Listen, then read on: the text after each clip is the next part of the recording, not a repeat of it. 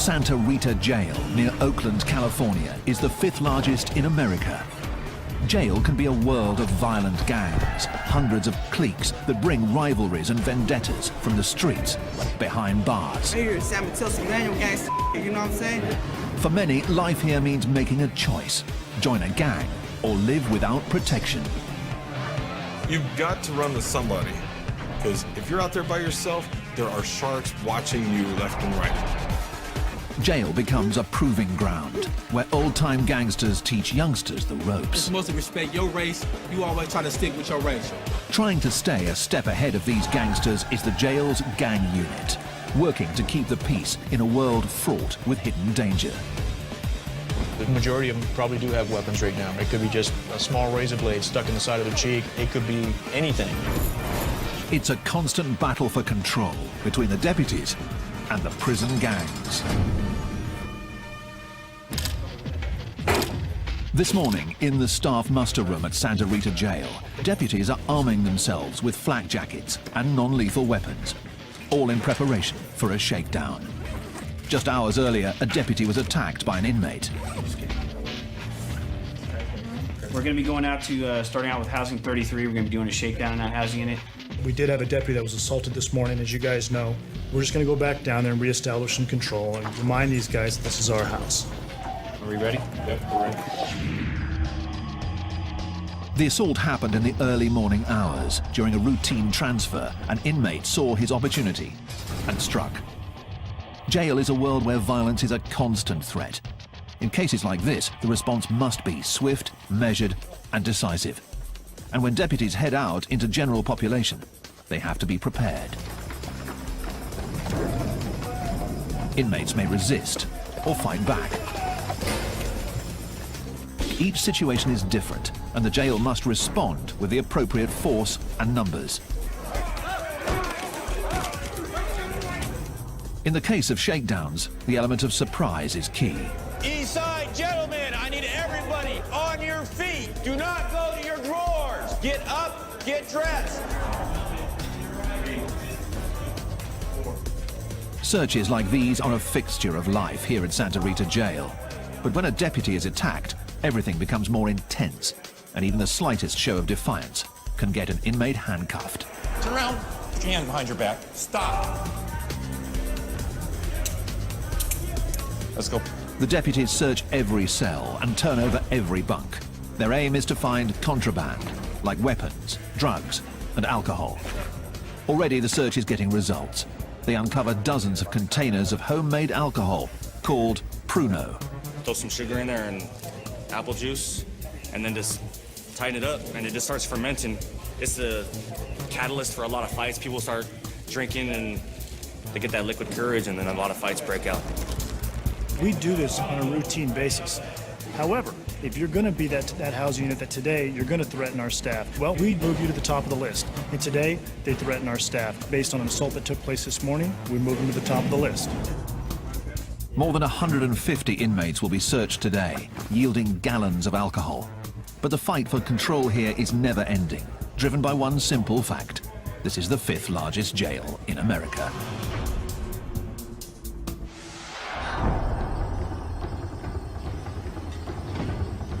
Alameda County's Santa Rita Jail near Oakland houses 4,000 inmates.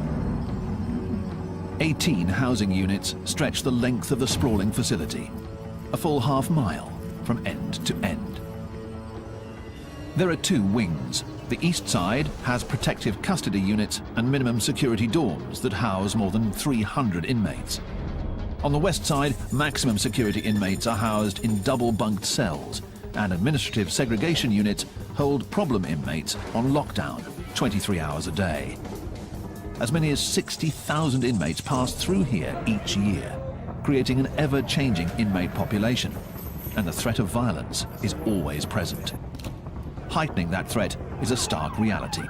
40% of Santa Rita's inmates come from Oakland, and Oakland has a serious gang problem. Black down in the East Bay. A barrage of bullets. Another deadly shooting in Oakland. We got the 9. The gangs here have contributed to a violent stretch in Oakland. More than 100 murders 4 years running, and over 22,000 violent crimes. It all adds up to a steady stream of fresh arrests, headed straight to Santa Rita. Barrio 13, Eastside Sound, Shark Light. The streets of Oakland set the tone here, and roughly half of the inmates have gang affiliations and often bring vendettas and rivalries with them from the street.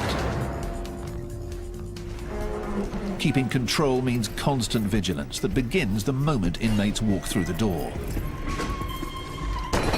Deputy Terry Carson is working at the intake area, known as ITR.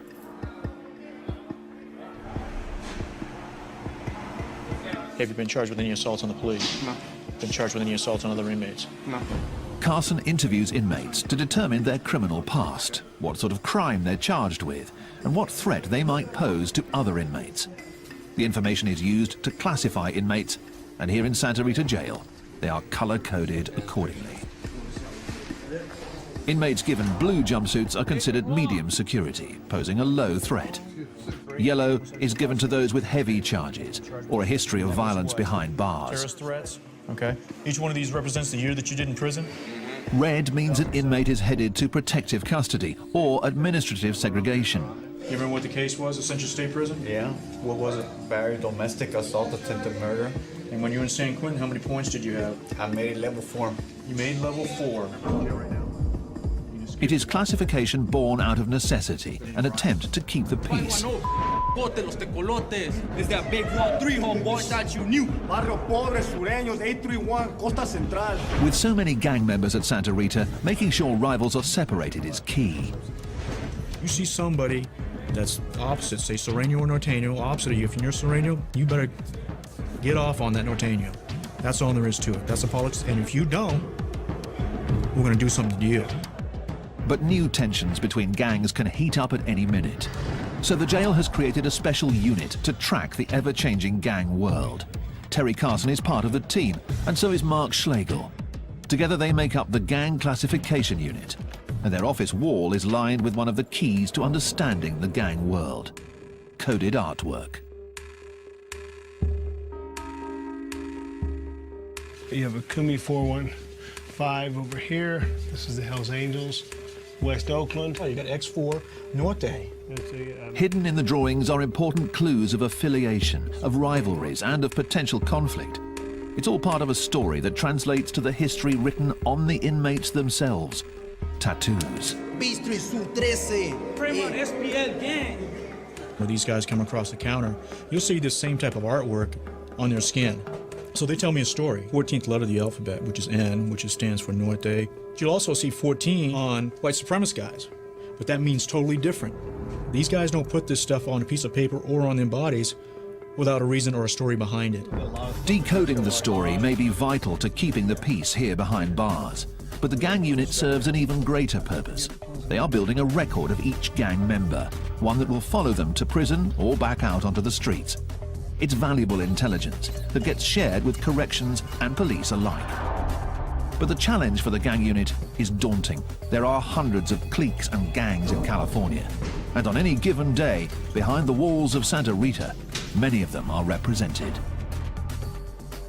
You got Border Brothers, you got everybody, Paisas, blacks, whites. If enemies are housed together, violence will follow. And right now, in Maximum Housing Unit 6, is a graphic reminder of that reality. Crime scene cleanup is already here, removing the remnants of a violent fight that started just hours earlier. Yeah, we had just opened the doors for dinner feeding. An inmate ran down here from cell 14, entered the cell, attacked the other inmate, had a razor blade attached to a short piece of plastic, tried to slice him on the facial area. The injured inmates have been taken to medical, where the attacker may face charges for assault. It's still unclear whether the fight was gang-related.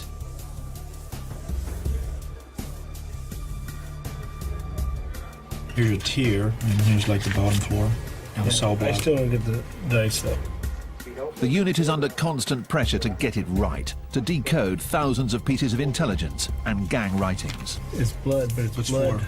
Four drops of blood. Yeah, but it's a 1 and a 3. Yeah. So that's could be Sereno. Could be read into anyway. The challenge: identify the new rivals and separate them before things get violent. Santa Rita Jail near Oakland in California is the 5th largest in America. It's populated by some of California's most violent street gangs. Here, managing 4,000 inmates is all about establishing control. It's 3 a.m. on Friday night, and C-Team is working its overnight shift. Roughly 60 arrests have come in tonight to be printed, tagged, and processed. Let's go. We're going to search you right here. Shoes and socks on this side of the blue line. My side of the blue line. Shoes and socks. Late in the shift, Deputy John White and the rest of the team are still on alert in an area where anything can happen. Let's go. Hands out in front of you. This is intake, transfer, and release, known as ITR, and it's where arrestees become inmates. We're real careful at this point. This is our most dangerous portion of ITR. We found anything from narcotics, knives, guns. We found everything in these cells after they leave them.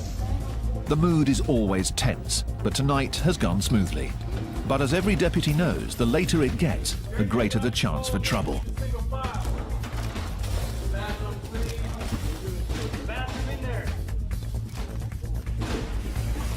We're roughly 10 hours into our shift right now. Every minute, every second, you have to be attentive to all your surroundings.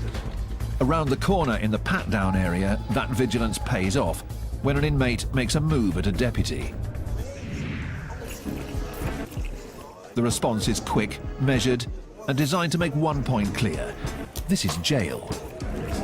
We have to set the tone because they come across and they're not fully acclimated to being in custody. They don't realize they are not in control anymore. This is an individual that came across, he's intoxicated. He came across, we attempted to search him, he became combative. So for our safety and for his safety, we went ahead and we restrained him, brought him back to the back. It happens every night. Don't kick me, dude. The alcohol does funny things to people, and unfortunately, this is where they usually end up. This inmate will sober up in a back tank of ITR. By night, it's a quiet corner for problem inmates. But in the morning, the mood changes radically as ITR transforms into the bustling hub of the jail.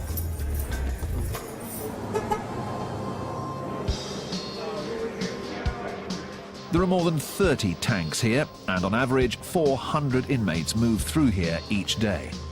On busy days, that number goes as high as 600. Every inmate on their way to and from court, headed off to prison, being processed or released, comes through these halls. Gentlemen, make room. We'll be leaving shortly. Control is key here, but can prove difficult in an area where the deputies are outnumbered. You've got, anywhere from 8 to 12 people on a shift working down here, but at any given time, you could be working with up to 300 inmates. It's 1:50. That means it's the last bus before count goes up. So let's get it done. Noise check it. With so many inmates to keep track of, on busy days the system backs up. That can create tension, especially in the larger tanks, known as the bullpen. Typically there are less than 20 detainees in here. When deputies fall behind, that number rises, and the bullpen heats up. On a hot day in the middle of July, you'll open the door and it's literally like a sauna hits you in the face. You can feel the moisture in the air. It's kind of like when you open up your oven at home after you've cooked something. I mean, the more bodies that are in the tanks, obviously, the hotter it gets in there, the more talking going on, and tempers tend to kind of flare sometimes. It's all concrete, and you just sit in there and get hot. The vents stop blowing hot air. It's stinking. People farting and complaining, and next thing you know, somebody say something. There you go, boom. It's like fire to gasoline. That's all it takes, you feel me? Open holding tanks are used at jails across the country. With a mixture of inmates all on edge, the atmosphere is tense and flare-ups are imminent. Away from the deputy's view, fights can break out at any moment and escalate as other inmates within the tanks become involved. Stand by, gentlemen. I'll be right back. The ever-present threat of fights keeps the pressure on the ITR staff. Inmates can't avoid the bullpen, so it's vital that the deputies get them out or back to the cell houses fast. Does everybody know the rules? As the day comes to an end, Deputy Scott Brandon moves more than 60 inmates back to the units. Right shoulder, right wall, single file line. The second rule. Shut up. Please be quiet. With the inmates unshackled, there's one basic goal: keep them moving. You want to kind of keep them going in the same direction with a minimal amount of distraction. So if you can get them moving all in the same direction that looks like somewhat of a straight line, then to me you're doing your job and you're getting it done. Because the whole goal is not to get into a fight with everybody you see. It can't run like that. And the long and short of it is these aren't children, these are grown men. So they're gonna act the way they're gonna act. For inmates, leaving ITR marks the end of a long day. But for those returning to cell houses like 34, the stress is just beginning. Talk and get you talk some gators, close the book. Won't you take a closer look? Close casket pressure cook. And I'm the peer pressure that your teacher talking about. Toss go up the tier to teach him not to run his mouth. And I'ma run with it. There are 328 inmates here, the maximum allowed, and just 2 deputies overseeing them all. During free time like this, known as pod time, it's loud, crowded, and governed by a code set by the inmates themselves. Inmates like Chris Card. It's mostly respect your race. You always try to stick with your race, you know what I mean? In this particular pile, we got the black hole where we're sitting at. From this bunk on down, we try to keep it all African Americans. And toward the middle, the other diversities, they break up into different sects, you know what I mean? It's a separation that is stark and visible throughout the cell house, a racially divided world that inmates believe promotes the peace. Yet the racial divide here hides a more deep-seated separation. In this dorm, as with most cell houses here, the gangs are watching. Every table, every staircase, every phone is territory to be marked and held, much of it claimed by the dominant gang, the Norteños, who have their own bylaws and codes, rules followed by former gang members like Lucky.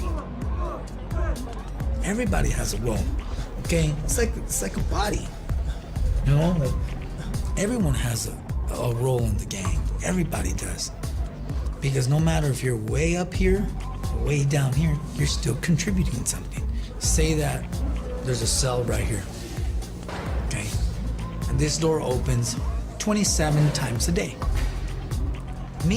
My job is to be in this cell and watch that door. And I jot down every time that door opened, okay? That's my job. I'm part of something. I am doing something. When you're in a gang, in a Norteño gang setting, it's by law you work out. If you don't, you will be disciplined and you'll be dealt with accordingly. That's the way it is. The gangs and codes here provide a structure, making it both a jail and a recruitment ground. Though inmates claim that segregation keeps the peace, fights do break out. And when this happens, it's each race and each gang for themselves. Me, my understanding of all my we gonna rock. If it go down, we gonna rock. Ain't no hands down, no question about nothing, man. If it kick off, man, we finna get on top of your helmet, man. Straight up, take no prisoners, cause you ain't about to, I'm not finna go home in no bag.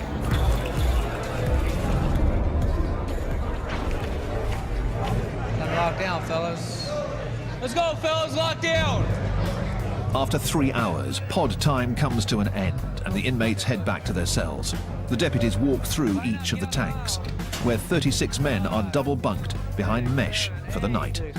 They confirm that all are present and accounted for and perform a final spot check for any contraband. In dorms like 34, the numbers are heavily in favor of the inmates. So for them, lockdown means the night is just beginning and it's time for a cell house party. A feast of food purchased from the jail, complete with homemade alcohol. We can't let the police see this right here, man.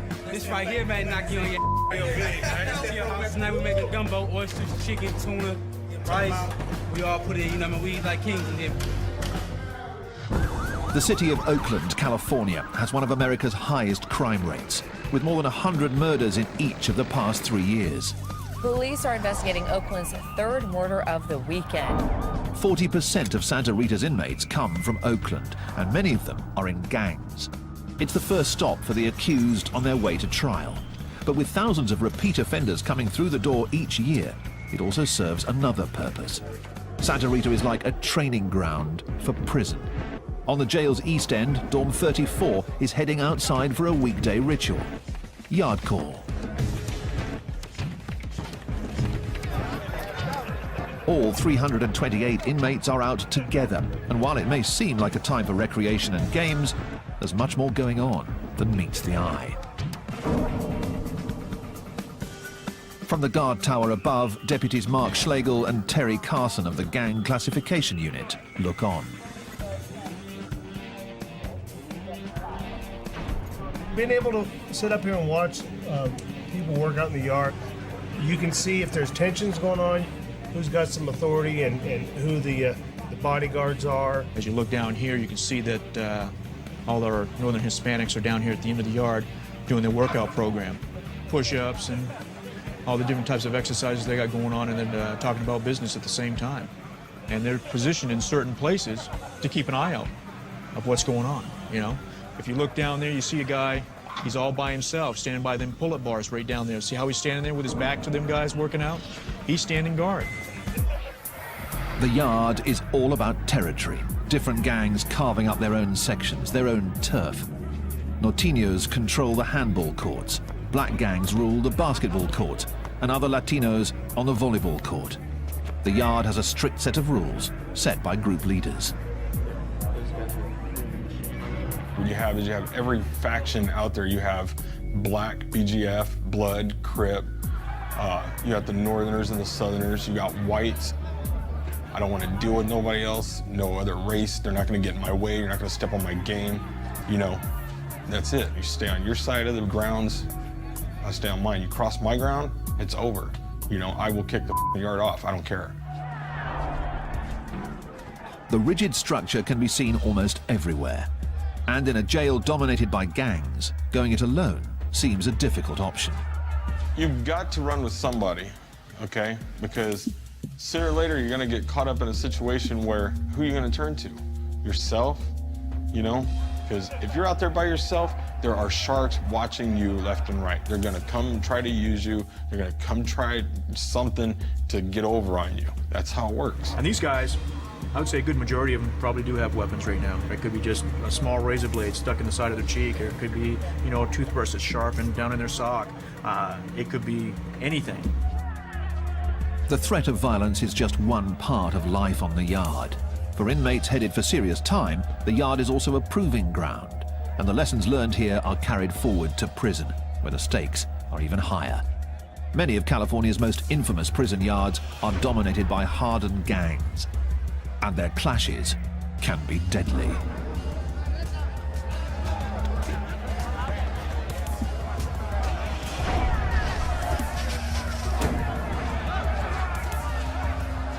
Even in this seemingly chaotic environment, the rules of engagement are strict and clear. Whoever's having the issues against each other, their channel or their shot caller will come and let you know, hey, back the up for a while, we're going to go get off.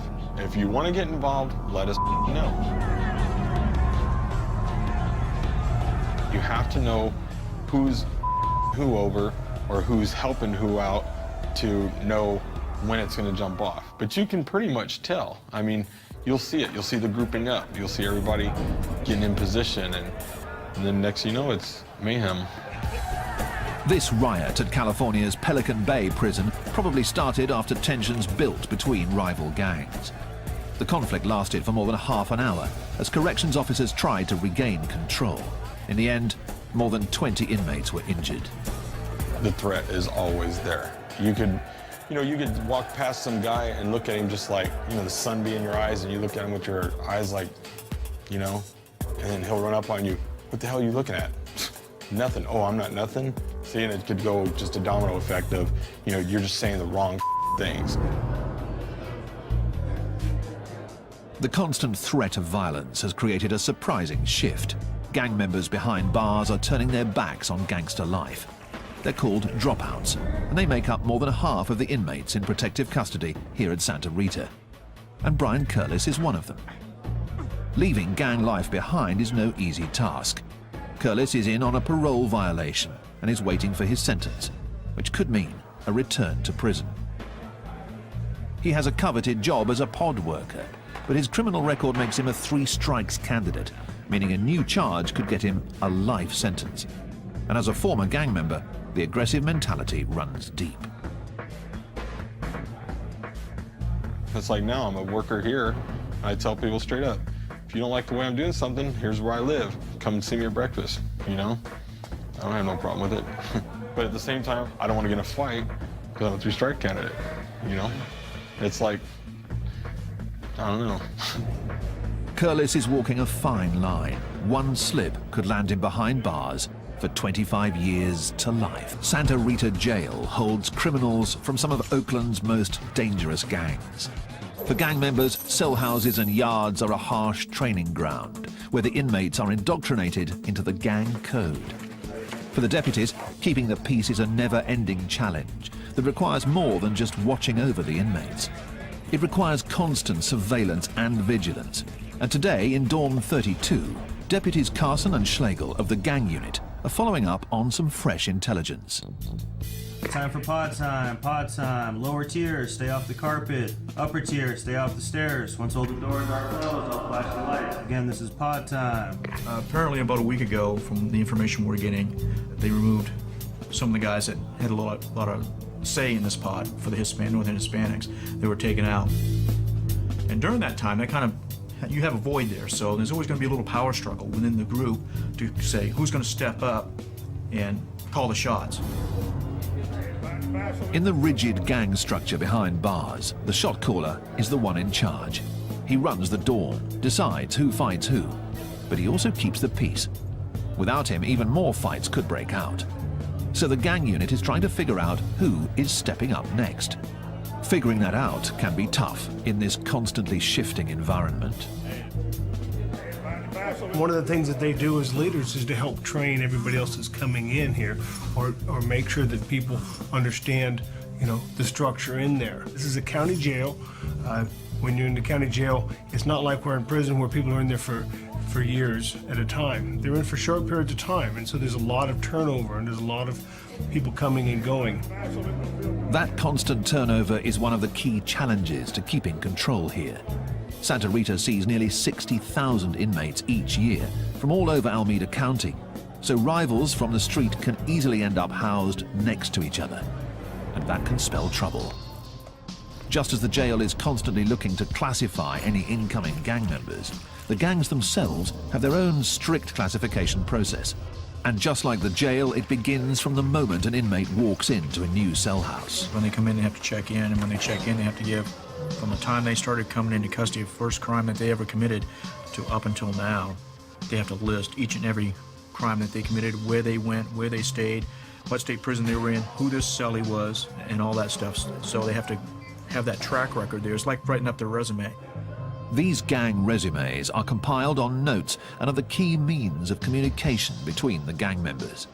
The writing on the note is tiny, called micro-writing, and some get moved throughout the facility and checked out for intelligence on new inmates.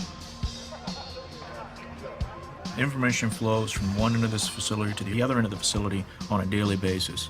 And the reason why it does that, and our central location, a point is, if they want to get information out, they can put it on laundry carts, they can put it on our food carts, and go back to our kitchen area, which our minimum inmates work. And if they want to get information for, say, Housing Unit 7, the worker can come out there and put it onto a food cart or a laundry cart. It's an underground background check, a poll taken of the inmates in the jail to see whether a new arrival checks out and can be trusted. If a new gang member checks out, he assumes his role in the gang structure. If the information doesn't check out, the consequences can be severe. And over in the muster room for the maximum security side of the jail, a unit is gathering for an urgent mission. A deputy has intercepted a note that contains hints that there's a weapon in Housing Unit 7. And there's additional intelligence that an attack is in the works. One of the guys in B-Boy Pod is saying that they have a weapon, one RB constructed into a tomahawk. We're assuming RB is a razor blade. So that's kind of what we're going to be looking for. It could have been passed from B, obviously anywhere in the house. We're going to do A, B, and C pod as a search. In addition to rumors of a weapon in the dorm, the note lists the names of some Norteños housed there. I have a list here, A, B, and C pod of some of the Norteño known and just known affiliates. This dorm is the target for today's raid. Finding the weapon is the mission. It could be tucked in a book, could be anywhere. It could be a mattress that's sliced open, stuck in the foam, anywhere. So we want to make sure we do a good job, especially with the Northerner cells. We'll just go in, do our job, get it done. The team moves out to Housing Unit 7, where the inmates are already on lockdown. When the deputies arrive, the water is shut off to prevent anything from being flushed down the toilets. We're ready. Put on your shirts, step out. An operation like this relies on speed, getting all of the inmates out of their cells before they have a chance to destroy evidence. Pull your shirt down, pull your shirt down, pull your shirt down. Those who buck the system are immediately removed. Once out, the inmates are patted down and then placed in holding areas as the search begins. Every cell is turned over in a search for contraband, homemade alcohol, anything that's not allowed. But the real focus is a potential weapon. And over in CPOD, one cell is receiving special attention. I found some information on the guy that's housed here, that he's good at making weapons. It's one of his specialties, I guess, that he called it. So this was my hopeful cell. I was hoping that it would be in here. Hopefully they didn't get rid of it. The deputy finds nothing. And throughout the rest of the cell house, the search yields contraband. This is a jail-made tattoo gun. But no weapons. Downstairs, they found more notes and more names. These show people that just arrived, it looks like, names and PFNs. It may just be the break the team's been looking for. A deputy takes the notes back to Carson and Schlegel of the Gang Classification Unit for inspection. This is from C-Pod. This was an F-Pod. Okay. The fresh intelligence demands immediate attention. This is kind of interesting. Yeah. Decoding the writing is a tedious job, but buried inside could be more important information about gang members, weapons, and even new hits. Okay, and we know this guy. It will take hours to pore over the micronotes. So back in Cell House 7, the search for the contraband continues, and the deputies have had a lucky break. One of the envelopes was addressed to a cell in F-Pod, cell 1. We understand there's a newer guy that's over there of the Norteño affiliation, so we're thinking that they may have something over there as well. The focus of the search narrows. Now, rather than searching an entire pod, the team moves in on 3 cells, and one of them is the real target. The inmates are quickly removed, and the deputies move in, checking mattresses, combing through books, but still no weapon.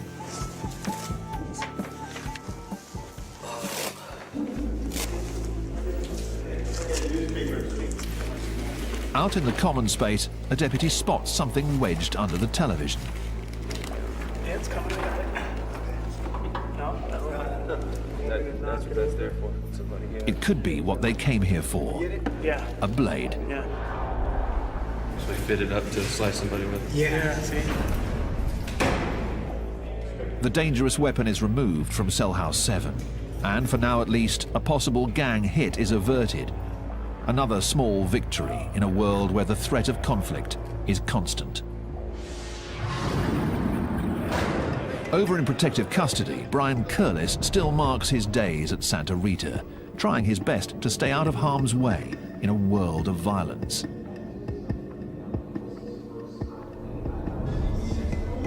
Curlis is on a parole violation, but has turned his back on gang life. It's a decision that makes him a constant target, even here in protective custody. I don't think you're any safer here than you are on the main line. At any time, anything you do, you sit at the wrong table, you use the wrong shower, it could get you hurt. Gang members despise dropouts. They are traitors of the highest order. That makes them targets wherever they go, especially behind bars, where gangs set the unofficial rules. While gang initiation is often violent, getting kicked out is even worse.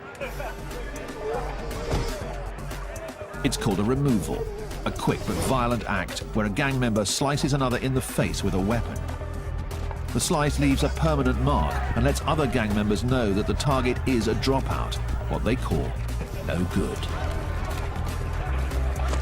I've seen people get their face sliced open, half their ear knocked off, all the way across. To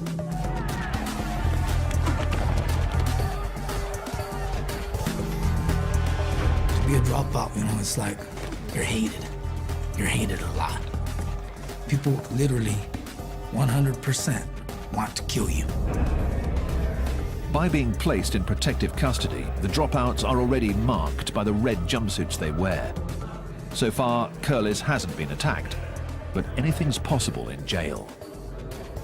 It's something you got to deal with, you know? As you get older, you get wiser. If somebody starts assaulting me, I'm going to fight back. You know, I'm going to defend myself to the fullest. You got to be stronger than the average person around here. Curlis will soon find out his sentence. Until then, he's constantly on edge, always looking over his shoulder. Santa Rita Jail is a revolving door for some of Oakland, California's most violent gangs. An estimated 30,000 people with gang affiliations come through here each year, and deputies are always on their guard, always looking out for conflict. In intake, transfer and release, the day is just getting underway. A dozen deputies start their daily routine, moving 200 bodies through these halls. Gentlemen, we're gonna move down to the nurse. Remember our discussion. The quicker you guys do it, everybody cooperates, you get through fast. Terry Carson of Gang Classification is on his post at the front end of the system, screening the new intakes, trying to figure out whether they have gang affiliations and where to put them. Remember these street gangs? No. None? Any tattoos? No tattoos. Nothing. Nothing on your back? Nothing. The process of classification here is never-ending. It's a process designed to keep rival gangs separated and violence from breaking out. Despite their best efforts, clashes can happen at any time. Clashes that escalate as staff step in to break them up. Out on the maximum security wing, in Housing Unit 4, a deputy has been caught in the crossfire while breaking up a fight between 3 suspected gang members. The inmates are already on lockdown as an investigation is underway, and the pod is littered with the remnants of a brawl. The deputy on duty is still shaken after having a chair thrown at him. A search of the pod after the fight, all inmates were searched and jail-made weapons were located within the pod. It makes you think when you go running in there to protect these guys, if somebody's gonna stab you and or hurt you also. It could be a trap, you never know. In an isolation cell, the inmate who threw the chair is still being questioned. Threw a chair, threw a couple of chairs actually. To what? Protect yourself? Yeah. The door closed. The deputies suspect that the fight was between rival gangs vying for power in the cell house. Since a deputy was involved, the punishment is stiff. This inmate may face new charges and more time for assault. Sign me a charge, really? Yes, you are.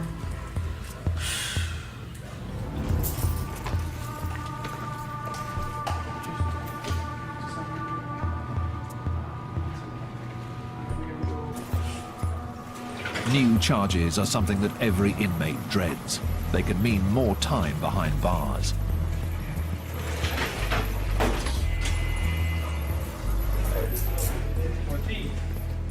Former skinhead Brian Curlis is trying to steer clear of getting new charges of his own. He's shipping out of Santa Rita, headed back to prison. Leaving jail behind means returning to a world where the convict code runs even deeper. As a gang dropout, he'll face challenges daily. But as a 3 strikes candidate, those challenges could have serious consequences.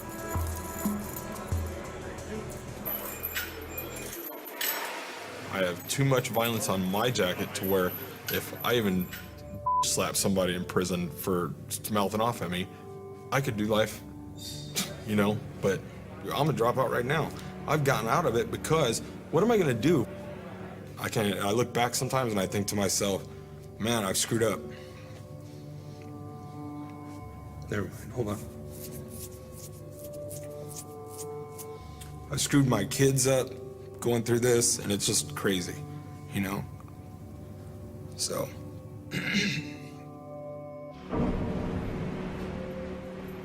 Curlis's sentence is 250 days.